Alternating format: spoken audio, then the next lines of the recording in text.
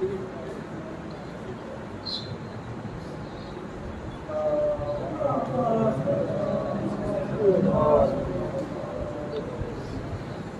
حول ولا قوة إلا بالله العلي العظيم. أعوذ بالله من الشيطان الرجيم. بسم الله الرحمن الرحيم. الحمد لله رب العالمين، والصلاة والسلام والتحية والإكرام على أشرف الأنبياء والمرسلين وعلى أهل بيته الطيبين الطاهرين المعصومين المظلومين الذين أذهب الله عنهم الرجس وطهرهم تطهيرا.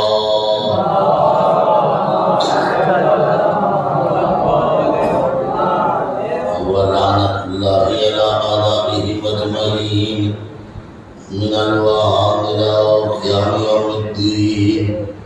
أما بعد، فقد قال الله تعالى وتبارك: بسم الله الرحمن الرحيم. قد أفلح من تزكى وذكر اسم ربه فصلى. صلوات پڑھیں محمد وآل محمد.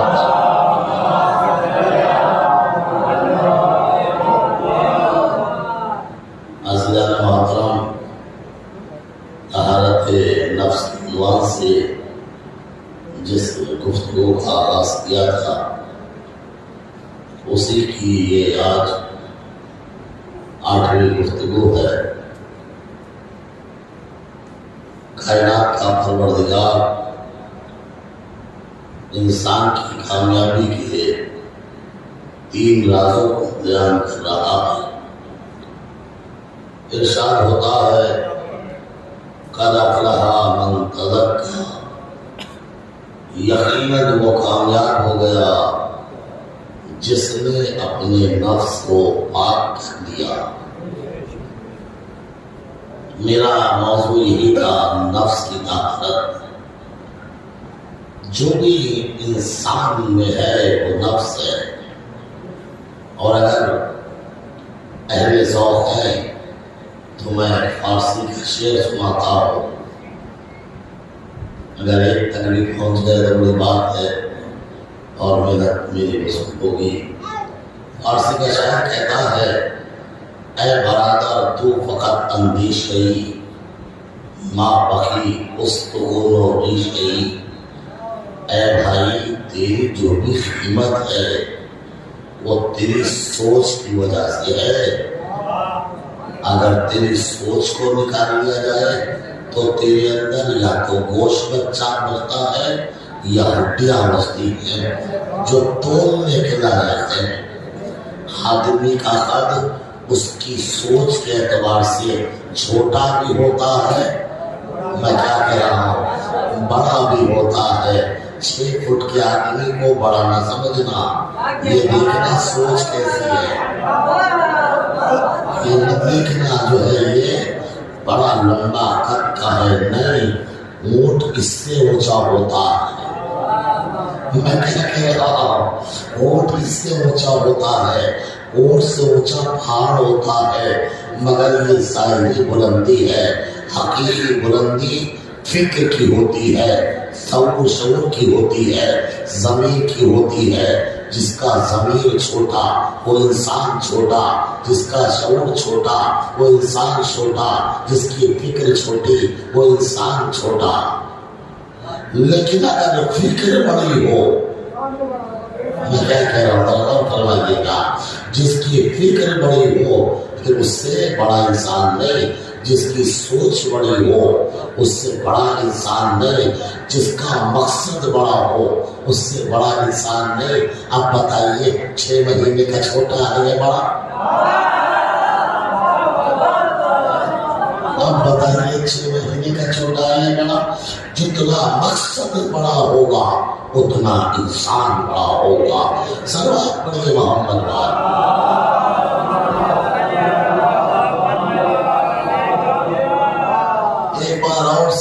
پڑھیے محمد.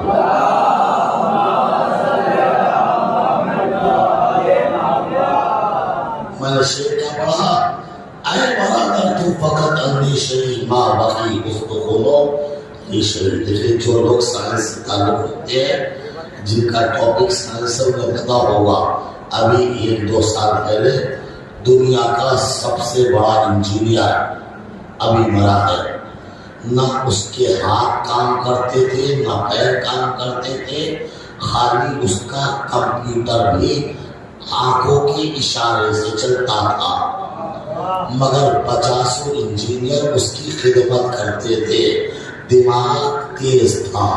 میں کیا کہہ رہا ہوں؟ دماغ تیز تھا. ہمیں امت مسلمہ کے آخر پہ رونا آتا ہے. ایک انجینئر کا تو اتنا تیز دماغ ہو سکتا ہے، مگر جس اللہ نے جس نبی کو عقل کل بنایا ہو، وہ تھوڑے سے بخار میں اسلام کہنے لگے. صلوات پڑھیے محمد وال.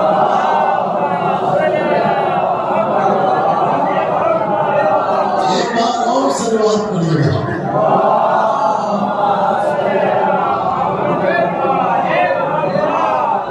بات کیا ہے؟ نفس کی طہارت. نفس کی طہارت جگہ جگہ جو ملے گا آپ کو. نفس ملے گا ڈاکٹر صاحب. مولا نے کیا کہا تھا؟ من عرفا نفسا فقد عرفا ربا. جس نے اپنے بدن کو نہیں، چہرے کو نہیں، نفس کو پہچانا، اس نے اپنے اللہ کو پہچانا. اچھا آپ نے اپنے نفس کو پہچانا ہے نہیں؟ پہچانا نہیں. اپنے نفس کو نہیں پہچانا. جانتے کیا کوالٹی ہے آپ کے نفس میں؟ اگر آپ نے اپنے نفس کو پہچان لیا تو علی نفس خدا ہے، علی نفس پیغمبر ہے. پہلے اپنے نفس کو. آپ کا نفس جانتے کتنا پاورفل ہے؟ مثال دوں کتنا پاورفل ہے آپ کا نفس. سورہ محرکے میں. کہاں؟ محرکے میں. پہنچ گئے کہاں؟ مکہ. ابھی مکہ کے پہنچ گئے نجف.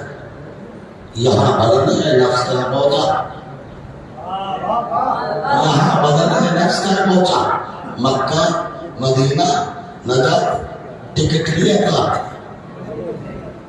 ویزا دی تھی، پیسہ خرچ ہوا نہیں، لمحوں میں پہنچ گئے. ابھی یہاں بدن تھا، رخسار پہ گال پہ مچھر آیا. مچھر کاٹنا چاہتا تھا. وہاں نفس تھا کربلا میں. وہاں سے اس نے محسوس کیا میرا بدن مشکل میں آ رہا ہے. وہاں تھا نفس، یہاں تھا بدن. یہاں جیسے رخسار پہ مچھر نے کاٹنا چاہا، محسوس نفس نے کر لیا میرے بدن کو مشکل ہے. اب بدن مشکل میں مشکل کشا کو پکار رہا ہے. جیسے محسوس کیا فوراً لمحے میں آیا، ہاتھ کو اشارہ کیا، حکم دیا جلدی سے جلد رخسار کو بچا. ہاتھ چلا، مچھر کو مارا، رخسار کو بچایا. کتنے گھنٹوں میں، کتنے لمحوں میں، کتنے لمحوں میں، کتنے گھنٹوں میں، کتنے مہینوں میں کس نے بچایا؟ آپ کے نفس نے. کس کو بچایا؟ آپ کے بدن کو. سوچنے کی بات ہے اتنی دور سے جب آپ کا نفس آپ کے بدن کو بچا سکتا ہے تو جس علی کو اللہ نے اپنا نفس کا نجف سے یہاں نہیں بچا سکتا. سارا بات پڑھیے محمد.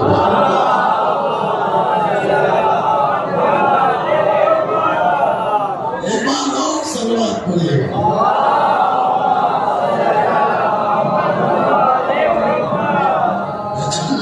نفس کو what is the problem؟ کیا کوالٹی ہے آپ کے نفس کی؟ کتنا پاورفل ہے آپ کا نفس؟ اور کیا آپ نے سارا مسئلہ کس کا ہے؟ نفس کا. کس کا مسئلہ ہے؟ نفس کا. اچھا جب کوئی مرتا ہے کیا کہتے ہو آپ؟ قرآن کیا کہتا ہے؟ کلو نفس ذائقۃ الموت، ہر نفس موت کا ذائقہ چکھتا ہے۔ چکھتا کون ہے؟ نفس۔ کیا چکھتا ہے؟ موت کا ذائقہ۔ دو باتیں ہیں، ایک چکھنے والا، ایک وہ جو چکھی جا رہی ہے چیز۔ چکھنے والا نفس، چکھی جانے والی موت۔ بتاؤ مجھے ختم چکھنے والا ہوتا ہے یا چکھی جانے والی؟ ارے میں کیا کرا غور کرنے گا۔ 22 رجب آئی، آپ گئے گھر میں، پوریاں چکھی، چکھی جانے والی پوری ہے، چکھنے والا آپ ہے۔ ختم کون ہوتا ہے؟ چکھنے والا نہیں۔ ارے میں کیا کہہ رہا ہوں، چکھے جانے والا جس کو چکھا جاتا ہے وہ ختم ہوتا ہے۔ کون چکھتا ہے؟ نفس۔ کیا چکھتا ہے؟ موت۔ اس کا مطلب یہ ہے بدن مرتا ہے، نفس نہیں مرتا۔ جب آپ کا نفس نہیں مرتا تو جس علی کو اللہ نے اپنا نفس کا صلوات پڑھیے محمد،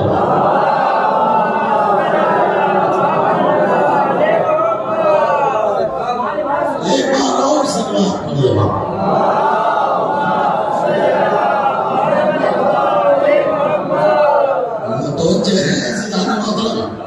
آسان ہے نہیں ہے۔ کل نفس ذائقۃ الموت۔ اچھا ذرا پھر سنیے، آدمی مر گیا کیا نام ہوتا ہے؟ فلاں صاحب کا انتقال ہو گیا ہے۔ یہ ہے نا انتقال کا مطلب؟ ٹرانسفر۔ باڈی تو یہی رکھی ہے، انتقال کہاں ہوا؟ میں کیا کہہ رہا ہوں؟ فلاں صاحب کا انتقال ہو گیا۔ ارے بھائی باڈی تو یہاں رکھی ہے، جب قبر میں پہنچ جائے تب کہنا انتقال ہو گیا۔ یہ تو یہی ہے کہ مولانا آپ کو نہیں پتا، جو اس میں اصل تھی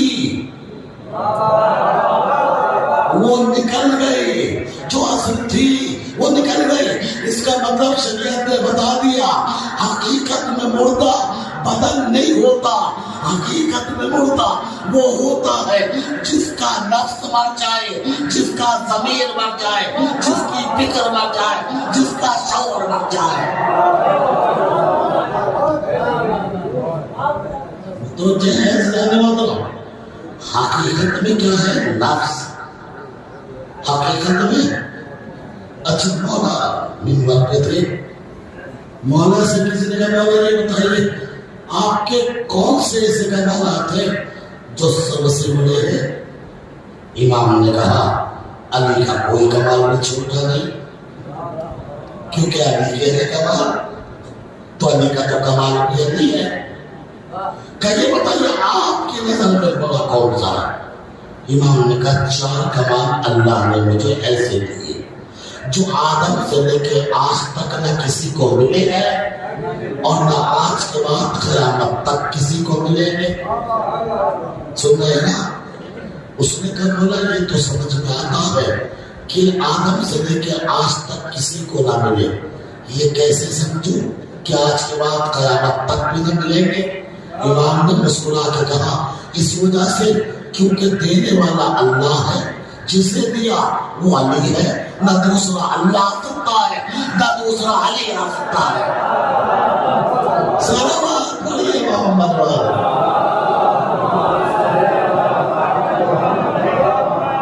ایک بار اور صلوات پڑھیے محمد۔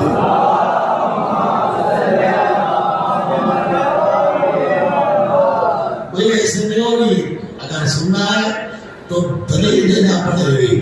ایک بار اور صلوات پڑھیے۔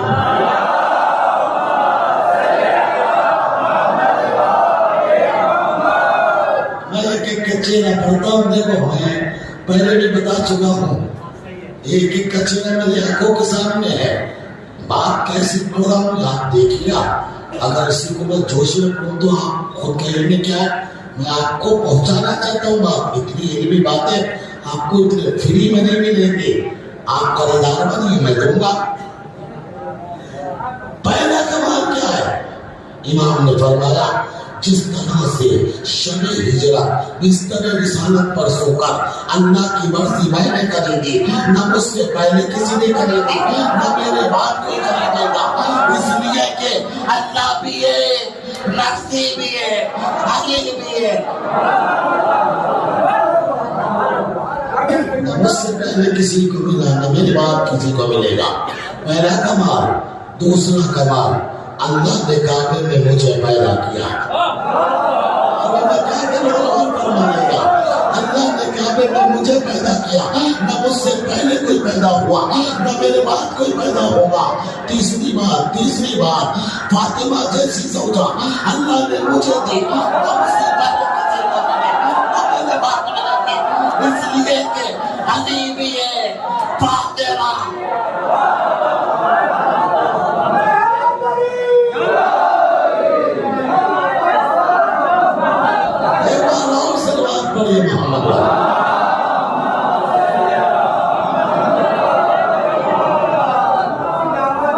اور چوتھا کمال یہ ہے, سنو سائنس کہتے مولا, چوتھا کمال میرا یہ ہے کہ جس طرح سے نبی نے مجھے اپنے دونوں ہاتھوں میں اٹھا کے میری ولایت کا اعلان کیا, آدم سے لے کے کسی نبی نے نہ کیا ہے نہ کرے گا.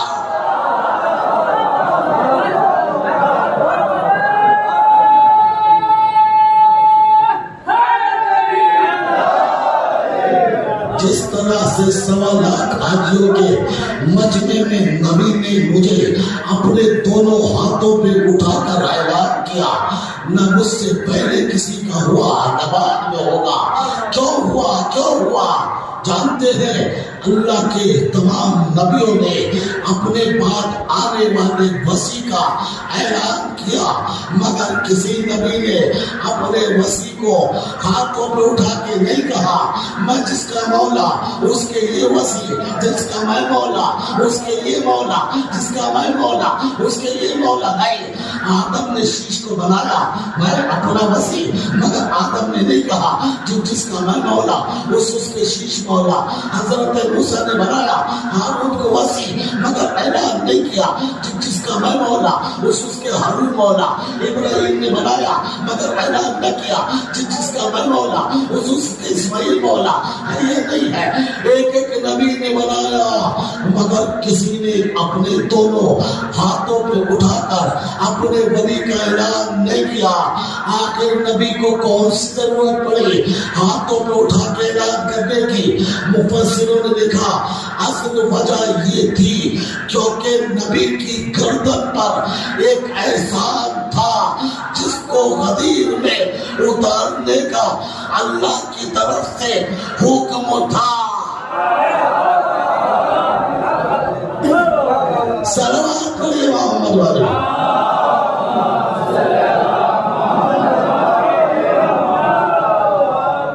ایک بات اور سنا,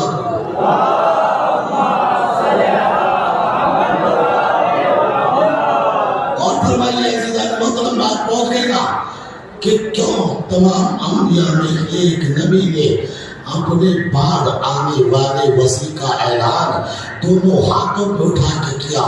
وجہ یہ تھی کیونکہ نبی کی گردن پر ایک احسان تھا جس کو اتارنا نبی کے لیے غدیر کے میدان میں واجب تھا. وہ احسان کیا تھا؟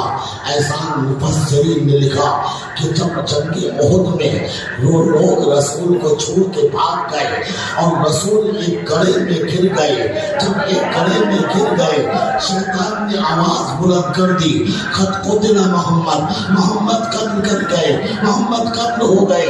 تو رسول گڑھے میں گر چکے تھے, دانت ٹوٹ چکا تھا. علی نے ایک ہاتھ سے نبی کو اٹھایا, دوسرے ہاتھ سے مشرکین کا سفایا کر رہے تھے, بار بار کہہ رہے تھے محمد مرے نہیں ہے, محمد مرے نہیں ہے, محمد محمد بنے نہیں ہے، آدھا محمد ہے، محمد یہ ہے، محمد یہ ہے۔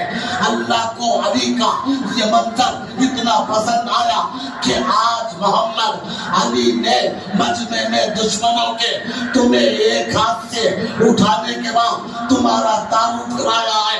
تم بھی دنیا اس وقت تک نہ چھوڑنا جب تک علی کو دونوں ہاتھوں میں اٹھاتے۔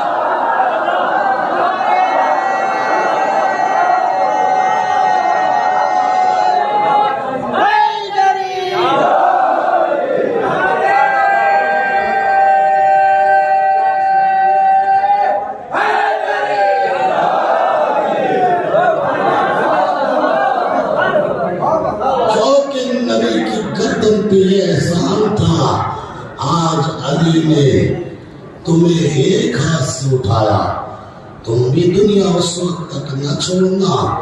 الجزاء الاحسان الا الاحسان، احسان کا بدلہ احسان سے ہوتا ہے۔ احسان نبی کی گردن پہ نہیں، نبی کا فعل اللہ کا فعل اللہ کی گردن پہ تھا۔ نبی جب تک تم دونوں ہاتھوں سے علی کو بلند کر کے تعارف نہ کرا دو تب تک دنیا نہ چھوڑنا۔ اسی وجہ سے کہا وَإِن لَمْ تَفْعَلْ فَمَا بَلَّغْتَ رِسَالَتَهُ، اگر یہ نہ پہنچایا، اگر یہ نہ پہنچایا، کچھ نہ کیا، اس وجہ سے نبی نے کہا جو آگے بڑھ گئے واپس بلاؤ، جو پیچھے رہ گئے انتظار کرو۔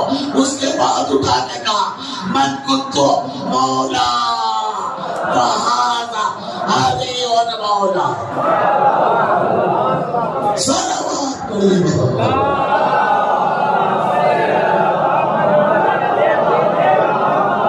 ایک بار اور صلوات پڑھیے محمد۔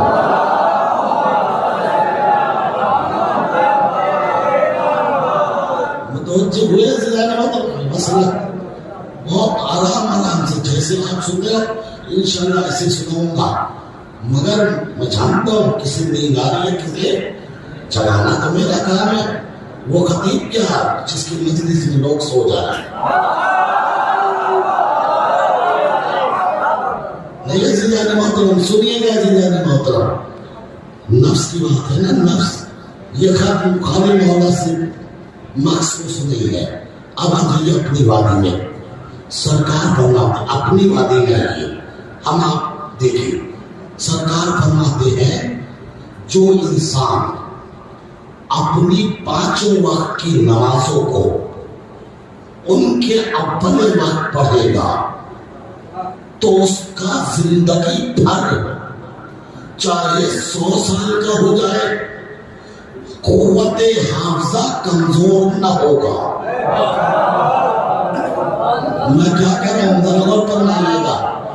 جو انسان اپنے پانچوں وقت کی نمازوں کو ان کے اول وقت پڑھے گا اس کا زندگی میں کبھی بھی میموری کمزور نہ ہوگی۔ یہ نماز کا فائدہ نہیں ہے، اول وقت پڑھنے کا فائدہ ہے۔ جملہ کہو جو انسان نماز کو اول وقت پڑھے گا اسے دماغی کھانے کی ضرورت نہ پڑے۔ یہاں تک بات پہنچ گئی ہے نہیں؟ دلیل کیا ہے؟ دلیل ہونی چاہیے۔ ہمارے آیت اللہ حضرات کتنے ان کے ہوتے 80 سال 90 سال 95 سال 100 سال کے ہوتے نہیں ہوتے؟ 100 سال کے آیت اللہ کو جگا کر پوچھو کہ حضور ایک مسئلہ ہے، کیا مسئلہ؟ کا مسئلہ یہ ہے، تو آپ کیا کریں گے؟ اٹھتے کے ساتھ ہی فوراً مسئلے کا جواب دے دیں گے۔ 100 سال کے ہیں، اٹھتے کے ساتھ جواب دے دیں، ہوتا یا نہیں ہوتا؟ آپ سوچتے ہو ایک مسئلے کا جواب دیا؟ نہیں، آپ نے ایک مسئلہ پوچھا، آیت اللہ کے سامنے 6236 آیتیں آتی ہیں، اس کے بعد 44,000 راوی آتے ہیں، 44,000 راویوں کے ساتھ ان کی زندگی سامنے ہوتی ہے، کون سا راوی سچا، کون سا جھوٹا، کون سا شیعہ، کون سا سنی، کون سا معتبر، کون سا غیر معتبر، کون سا اچھا، کون سا برا، کس کی روایت کہاں تک ہے، کس کا تعلق کس سے ہے، ان تمام روایت کو دیکھ کر چھان بین پھٹک کر تب ایک مسئلے کا جواب آپ کو دیکھا ہے۔ کبھی آپ نے سنا کسی بھی آیت اللہ کے دفتر پر یہ لکھ دیا گیا ہو کہ اب ان سے سوال نہ کرنا کیونکہ یہ 100 سال کے ہو گئے، اب ان کا دماغ کام نہیں کرتا، اب ان کا دماغ کام نہیں کرتا، اب ان کا دماغ کام نہیں کرتا۔ سنا ہے کسی کے بارے میں؟ انٹرنیٹ سے پوچھئے گا، کسی دفتر پہ لکھ دیا گیا ہو اب ان سے سوال نہ کرنا، یہ 110 سال کے ہو گئے، اب ان کا دماغ کام نہیں کرتا۔ اما امت مسلمہ سے میں یہی تو پوچھتا ہوں، جب دین پہ عمل کرنے والا 110 سال کا اپنا دماغی توازن نہیں کھوتا تو جو نبی دین لے کر آیا اسے جزیات کہتا ہے۔ صلوات پڑھیے محمد۔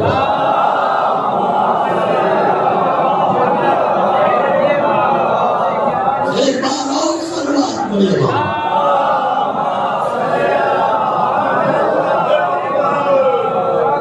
110 سال میں کیا کرتا ہے؟ اور خالی روایت نہیں، حدیث نہیں، زمانے کی سیاست، زمانے کے حالات، سیاسی جغرافیہ، ان سب کو نظر میں رکھ کے تب مسئلہ بتاتا ہے۔ اگر نہ بتاتا تو تمباکو کو حرام نہ کرتا۔ میں نے کیا عرض کر دیا، تمباکو کو حرام نہ کرتا۔ ابھی سمجھے یا نہیں سمجھے؟ آیت اللہ شیرازی نے کیا کہا تھا؟ جب دیکھا ایسٹ انڈیا کمپنی کی طرح امریکہ کی کمپنی، انگلینڈ کی کمپنی ایران میں آنا چاہتی ہے تو انہوں نے کیا کیا؟ وہ وہاں پر ایسٹ انڈیا کمپنی کی طرح تمباکو کی سگریٹ کی فیکٹری ایران میں ڈالنے کے بہانے ایران پہ حکومت کرنا چاہتی تھی۔ فوراً ایک مجتہد اٹھا، اٹھنے کے بعد حرمت کا فتویٰ دیا۔ جملہ کہو، اگر ہندوستان میں بھی کوئی مجتہد ہوتا تو ہندوستان بچ جاتا۔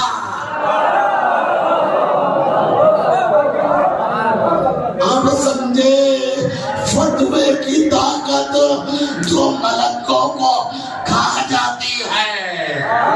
صلوات پڑھیے محمد۔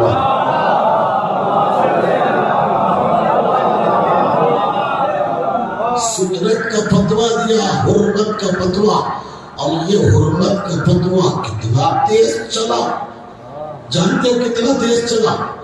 پاور بتاؤ کتنی، کہ شاہ ایران نے، بادشاہ ایران نے اپنی بیوی سے کہا کہ میرے لیے حقہ بھرو۔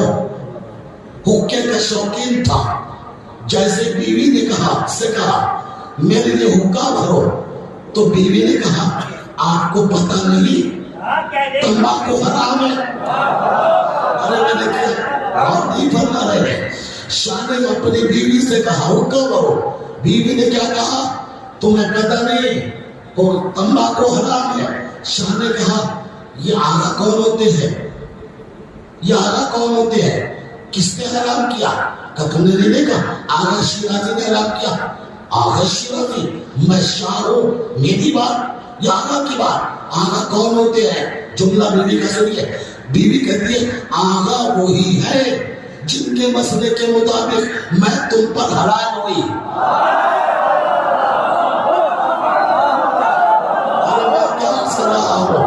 آغا وہی ہے جن کے مسئلے پہ مطابق میں تم پہ حلال ہوئی۔ کم سے کم مجتہد کی توہین کرنے والے بدتمیز اتنا سمجھ لے کہ ان کے باپ کا نکاح اسی مجتہد کے مسئلے کے مطابق ہوا۔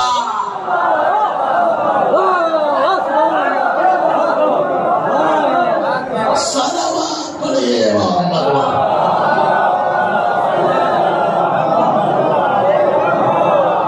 ایک بار اور صلوات پڑھیے محمد۔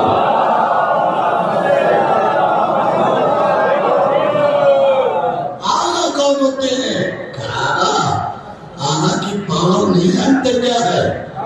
آنا وہی ہے جن کے مسئلے کی اوپر عمل کر کر میں تم پر ہلاک ہوئی. کم سے کم اس کو اتنا تو سوچنا چاہیے جو آقا کا کھا کے بھی آقا کی توہین کرتا ہے کہ اگر اس کے باپ کا نکاح آقا کے مسئلے کے مطابق نہ ہوتا تو اس کی ماں اس کے باپ پہ حرام نہ ہوتا. میں کیا کر رہا ہوں غور فرمائیے گا. مگر کیا کرو زمانہ دو طرح کا ہے. زمانہ بڑا عجیب ہے. ہم نے دیکھا جب ہم داڑھی بنوانے کے لیے حجام کی دکان پہ پہنچے تو اس کے بعد جو اس طرح تھا اس طرح میں دونوں طرف بلیڈ تھا.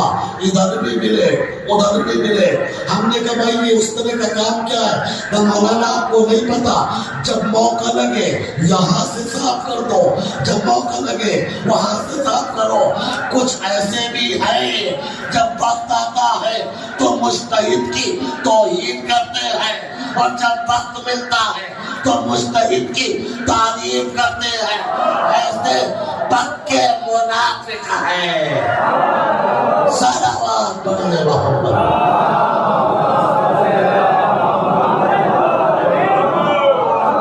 ایک بار اور صلوات پڑھے محمد.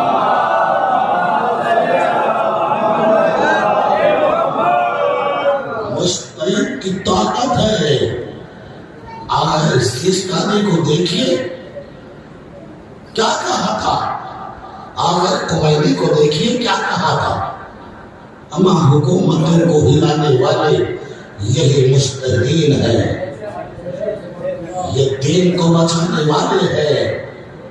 ایک جوان جسے دین کی داد نہیں آتی اور مجتہد کے بارے میں اور بول کہتا ہے, جسے شریعت کی شین نہیں آتی.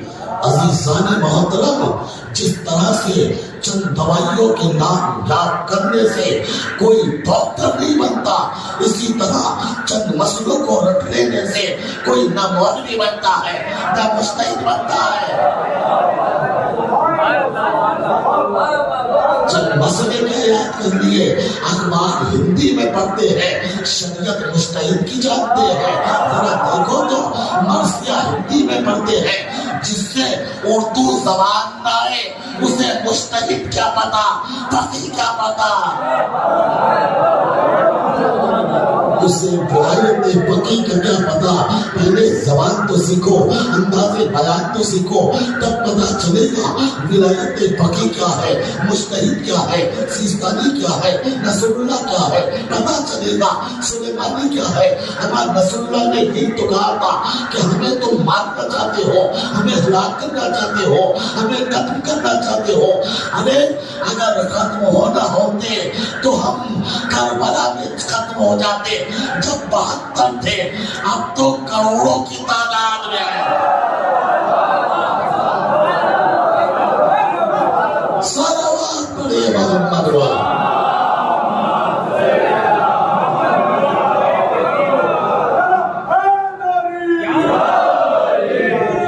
اور ہمارا عزیزان محترم, حاکم نے کہا آج کوئی اپنے گھر سے باہر نہ نکلے, جو نکلے گا اس کو قتل کیا جائے گا. کوئی بھی اپنے دروازے سے باہر نہ نکلے. لیکن مجتہد نے کہا آج کسی کا بھی گھر میں بیٹھنا حرام ہے.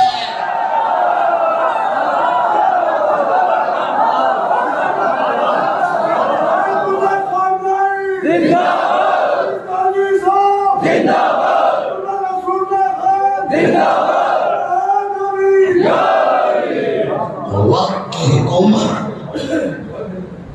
گھر میں آج کوئی نہ بیٹھے. اور خمینی صاحب نے کہا نہیں, آج گھر میں بیٹھنا حرام ہے. یہ بھی تو ہو سکتا تھا کہ خمینی صاحب کہتے کہ سنبھل کے رہنا, اچھی طرح دروازے بند کرنا, ایسا نہ ہو کہ کوئی سپاہی گھر میں گھس کے تمہیں مار دے. لیکن ایسا نہیں کہا, بلکہ کیا کہا, آج گھر میں بیٹھنا حرام ہے. خمینی صاحب نے بتایا ہم موت سے نہیں ڈرتے، ہم موت سے نہیں ڈرتے، جو ڈر گیا وہ علی کا نہیں۔ صلوات پڑھیے محمد والے۔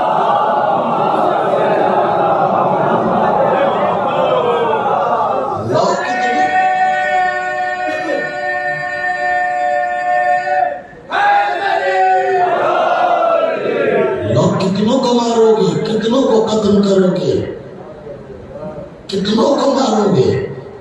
اس لیے کہ کوثر کا وعدہ ہے، اِنَّا أَعْطَيْنَاكَ الْكَوْثَرَ، ہم نے تمہیں نسل کثیر دی ہے۔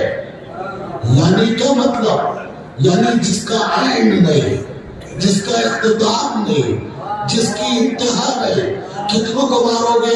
علامہ فخر الدین رازی لکھتے لکھتے شرمندہ ہو گیا اور ہو کے یہی تو کہتا ہے کہ نسل زہرا کو کوئی زمانہ ایسا نہیں گزرا جو مارا نہ گیا ہو۔ دیواریں آج موجود، شہر آج موجود، لیکن اتنے قتل ہونے کے بعد بھی دنیا کا کوئی چپا ایسا نہیں ہے جس میں سیدہ کی نسل نہ ہو۔ ہر جگہ سیدہ کی نسل، ہر جگہ سیدہ کی نسل۔ میں نے کہا تو نے قرآن نہیں پڑھا، اگر پڑھتا تو سمجھتا اب در والے ختم ہو گئے، کوثر والے زندہ ہے۔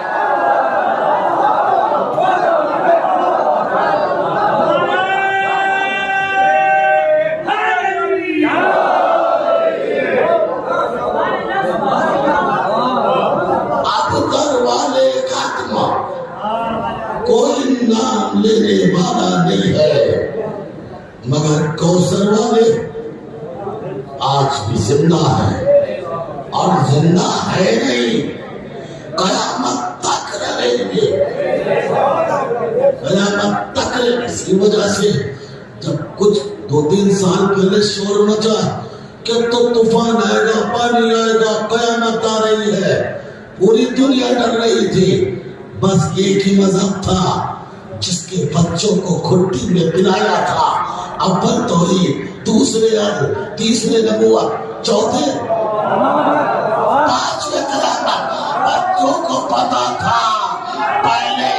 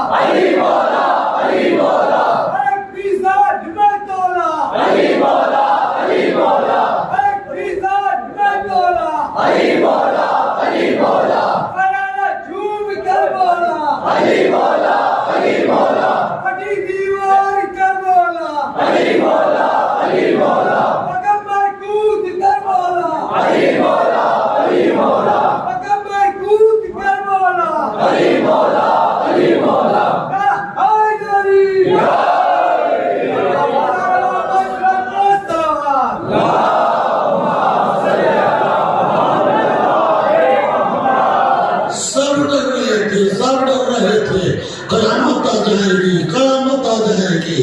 کیوں؟ امام مردہ تھا، جس کا امام زندہ تھا، اسے پتا تھا قیامت کی مجال کیا ہے، جو امامت سے پہلے آ جائے۔ یہی تو ہے نا فقہ جعفریہ کی، یہی تو ہے فقہ جعفریہ کی فکر، فرشیدہ کی منزل کہ یہ 4 سال کا بچہ بھی جانتا ہے کہ امامت سے پہلے قیامت نہیں آ سکتی۔ ذرا دیکھو کسی بھی قوم کا بوڑھا بلا کر بتاؤ، اسے یہ بھی تو نہیں پتا رسول پیدا کب ہوئے، رسول وفات۔ صلوات پڑھیے محمد والے۔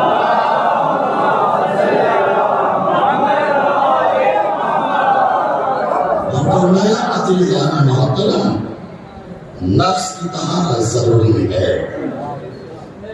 نفس کی طہارت فقیہ کو وہی مانتا ہے جس کا نفس پاک ہوتا ہے۔ جہاں پیٹ میں MI6 کمانا ہے، جہاں MI6 کمانا ہے، فوراً مجتہد کے خلاف بولنا شروع کر دیا، فوراً بولنا شروع کر دیا، کبھی اس مجتہد کو کبھی اس مجتہد کو۔ اللہ اکبر، ذرا سوچو، کی اگر لینگویج دیکھیے، 2-4 کتابوں کے نام سن لو، انہیں رائٹر کا نام نہیں پتا، انہیں کتابوں کے رائٹر کا نام نہیں پتا۔ یہ آیت اللہ CD ہے، نہیں سمجھے؟ آیت اللہ واٹس ایپ ہے۔ اب تو سمجھ گئے نا، ہمیں یوٹیوب سے یاد کر کر کے مجلس سے رٹ کے ٹٹو پورا ٹائرٹ بن بن کر مجلس سے پڑھنے والا یہ مجتہد کو کیا سمجھے گا؟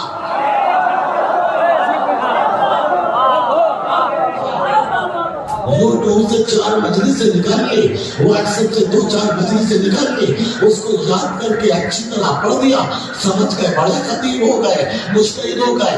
مجتہد مجلس سے پڑھ کے نہیں ہوتا، جب تک کہ پوری طرح شریعت کے اندر ڈوب نہ جائے،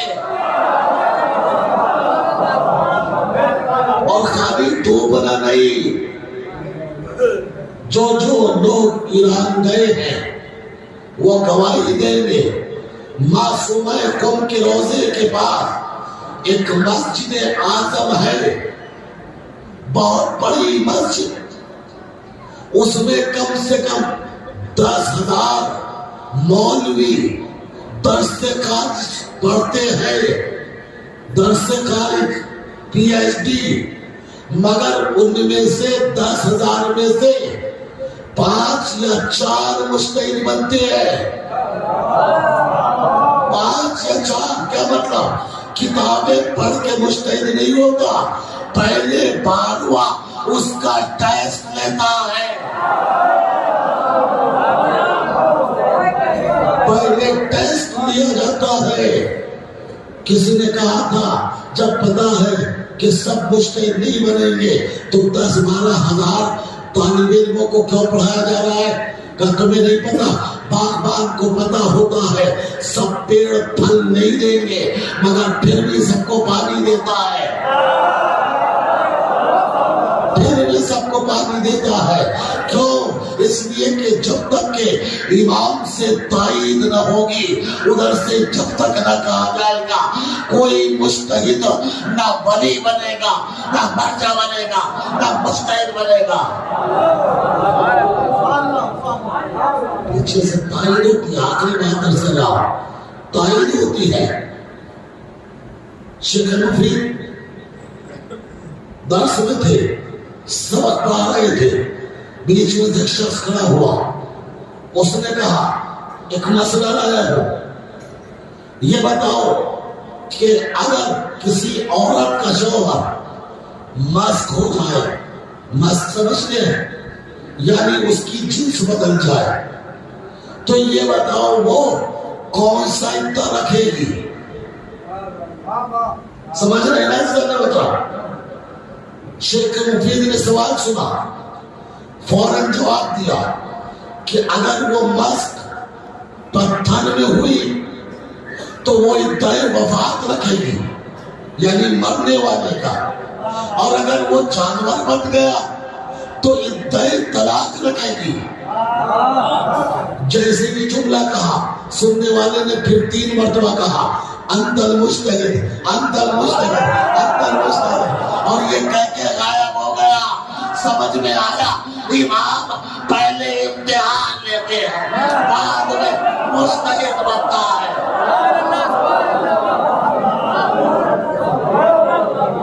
پہلے امتحان، اب یہ مسئلہ چلتا رہا، ایک مجتہد فتویٰ دے رہے ہیں، سوال جواب، جواب سوال۔ ایک عورت کا انتقال ہوا، بچہ پیٹ میں تھا، سوال کرنے آئے، حضور عورت مر گئی، یہ بتاؤ بچے کے ساتھ دفن کر دے یہ بچہ نکال لے؟ مجتہد نے کہا اسے دفن کر دو۔ جنازہ غسل دیا، کفن پہنایا، لے کے چلے، ابھی راستے میں تھے، ایک شخص پیچھے سے دوڑتا ہوا آیا، کہتا روکو روکو روکو، کہ بھائی کون ہو؟ اجنبی چہرہ ہے، کہ مجھے آیت اللہ نے بھیجا ہے۔ کہ کیا بھیجا ہے؟ کیوں؟ کہ مسئلہ بدل گیا ہے، اسے روک لو، پہلے اس کا پیٹ چاک کرو، بچہ نکال لو، بعد میں دفن کر دے گا۔ میں کیا کروں؟ غور فرمائیے گا، بعد میں دفن کر دینا۔ جنازے کو روکا گیا، واپس لائے، پیٹ چاک کیا، بچے کو نکالا، دفن کر دیا۔ بچہ پلنے لگا، بڑھنے لگا، بڑا ہو گیا، 10-12 سال کا، ایک راستے میں کھیل رہا تھا، آیت اللہ ادھر سے گزرے، دیکھا یہ بچہ کھڑا ہے، کوئی کام کیا آیت اللہ کا، پوچھتے ہیں نا بیٹا تمہارا کیا نام ہے؟ آیت اللہ نے پوچھا بیٹا تمہارا کیا نام ہے؟ تو بچے نے کہا اچھا آپ نہیں جانتے، مجھے نہیں جانتے، اگر آپ مسئلہ نہ بدلتے میں تو زندہ بھی نہ رہتا۔ کیا مطلب؟ بچے کو شروع سے پتا رکھا تھا کہ بیٹا تیری ماں سے مر گئی تھی، آیت اللہ نے مسئلہ بدلا تب تو زندہ رہا، اگر نہ بدلتے تو تو بھی ماں کے ساتھ قبر میں سو جاتا۔ حضور آپ نہیں جانتے، آپ ہی کا تو مسئلہ تھا۔ انہوں نے سوچا کب کی بات ہے، اوہو وہ عورت تھی، اس کا مطلب یہ کہ میں نے مسئلہ غلط بیان کر دیا، اگر یہ دفن ہو جاتا تو اس کی نسلوں کا میرے اوپر ذمہ تھا۔ جا کے بیٹھ گئے، دروازہ بند کر دیا، اعلان کر دیا ہم مسئلہ نہیں بتائیں گے، ہم فتویٰ نہیں دیں گے۔ رات میں امام آئے، خواب میں کہتے ہیں تم نے کیوں مسئلہ بند کر دیا؟ کہ مولا اگر غلط بتاتا تو دیکھتے آپ کتنی نسل اس کی میرے ذمہ ہوتی۔ امام نے کہا خبردار، مسئلہ بتانا تیرا کام ہے، کیا ہم نہیں ہے؟ بتانا ہم کریں گے۔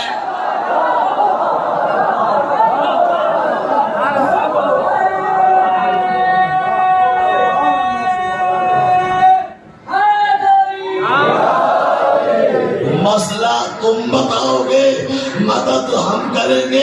ایک جملہ کہو، ہمارے یہ 2 ٹکے کا پندی کا شوربہ جس کی اپنی ذات میں کوئی حیثیت نہ ہو، اگر وہ مجتہد کے مقابلے پہ آئے، جس کا امام اس کی حفاظت کرے۔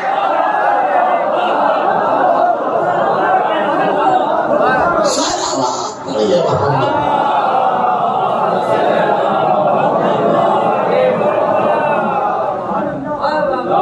صلوات پڑھیے محمد۔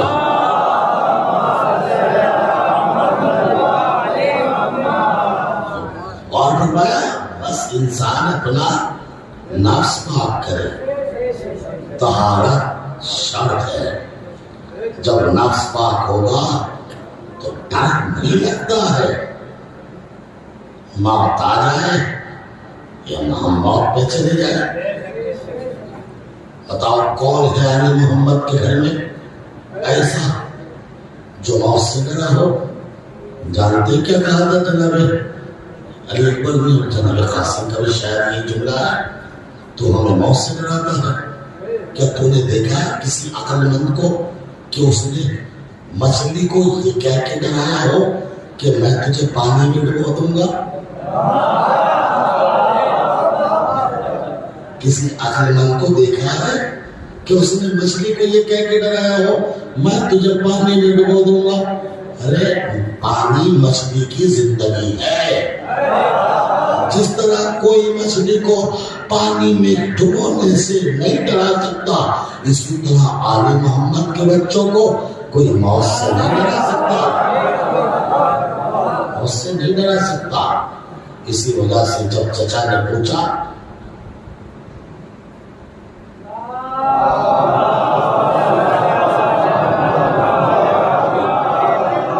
جب چچا نے معلوم کیا کہ بتاؤ موت کیسی ہے تمہارے نزدیک، تو کیا کہا؟ الموت عندی احل من العسل، موت میرے نزدیک شہد سے زیادہ شیریں ہے۔ اگر قاسم نہ بتاتے تو موت کا مزہ دنیا کو پتہ نہ چلتا۔ 13 سال کا قاسم کتنی مصیبتیں پڑی، بہت ہم نے روایتیں پڑھی. ہر شہید نے حسین کو بلایا، مگر جتنی تیز قاسم کی لاش میں حسین پہنچے اتنی تیز کسی کی لاش میں نہ گئے. اور جتنی جلدی قاسم بلاتے تھے کسی شہید نے جلدی نہیں بلایا. ایک بار پکار لیا خاموش ہو گیا. جانتے ہو وجہ کیا تھی؟ ایک بات اور سن لیجیے اور بس مسائل یہی ختم کر دوں گا کیونکہ ابھی جو ہے تابوت آنا ہے. مگر شرط ہے گھر جا کے سوچنا. پورے خاندان بنی ہاشم میں جناب قاسم اتنے نازک مزاج تھے کہ حسین نرم سے نرم، ملائم سے ملائم کپڑا قاسم کو پہناتے تھے. اس کے بعد میں جب قاسم اتارتے تھے تو کمر میں لائنیں پڑ جاتی تھی، لکیریں پڑ جاتی تھی. اتنے نازک قاسم، اللہ اس میں نازک قاسم. جانتے ہیں جب قاسم آئے چچا مجھے اجازت دے دو، پہلا کام یہ کیا گریبان چاک کر دیا. کیوں کیا؟ عربوں میں جس کا گریبان چاک ہوتا تھا سمجھ جاتے تھے یہ یتیم ہے، یتیم ہے. حسین بتانا چاہتے تھے ارے میرا بھتیجا یتیم ہے، میرا مقاصد یتیم ہے، ارے ظلم دیکھ کے کرنا. لیکن جب قاسم پہنچے، عزاداروں جانتے ہو، عزاداروں قاسم جب پہنچے ہیں نا، ایک مرتبہ حملہ کیا، حملہ کر کے زمین پہ گرے، آواز دی. عزاداروں جانتے ہو ابھی علی قاسم کا گلا ایک ظالم کاٹنا چاہتا تھا. ایک مرتبہ حسین چلے، ایک طرف سے حسین نے حملہ کیا، ایک طرف سے عباس نے. جب ظالم نے دیکھا میرے اوپر حملہ کیا، اس نے 1000 کے لشکر کو آواز دی جلدی آؤ، جلدی آؤ. 1000 کا لشکر قاسم کے بدن سے گزر گیا. جب بھی قاسم نے کوئی گھوڑا دوڑتا تھا قاسم کہتے تھے اے چچا، اے چچا، اے چچا، اے چچا مجھے بچاؤ. اجرکم اللہ، اجرکم اللہ. خدا کوئی غم دے سوائے غم حسین کے.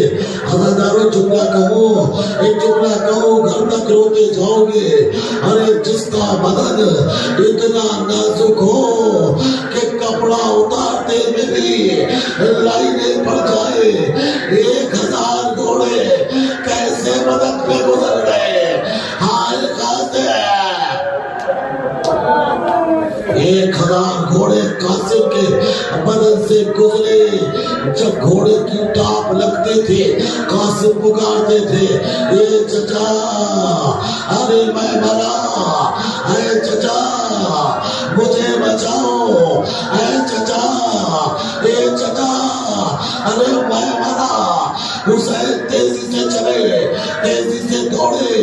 اکبر کے لاشے پر اتنے تیز نہ گئے، عباس کے لاشے پر اتنی تیز نہ گئے جتنی تیز قاسم کی آواز میں گئے. لیکن جب کربلا میں میدان میں پہنچے 2 ساتھوں ہو کے بیٹھ گئے. ایک جملہ کہا اے قاسم،